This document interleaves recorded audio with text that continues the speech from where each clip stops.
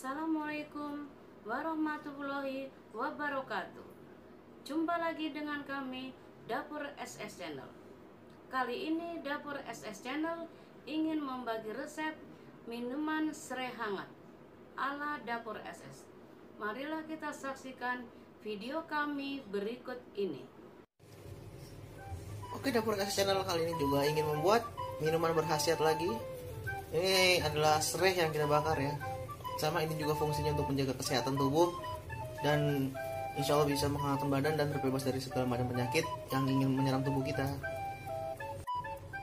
Oke, pertama kita didihkan air panas dulu ya hingga mendidih airnya. Sekarang kita masukkan serai.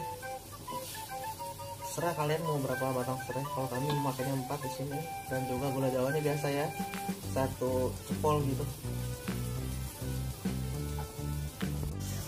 Oke, airnya sudah mendidih nih, gula jawa dan juga serainya sudah matang ya, sudah tercampur. Oke, seperti biasa ini disaring dulu ya air serainya. Oke, ini sudah jadi ya air serainya.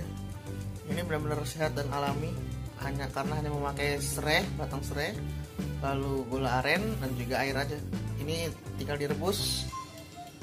Kalian minum setiap hari, atau paling enggak nih minum 3 hari sekali atau seminggu sekali juga bisa, untuk menyehatkan badan dan bisa terhindar dari segala macam penyakit gitu ya, seperti flu, batuk gitu. Bagus juga ini untuk kesehatan.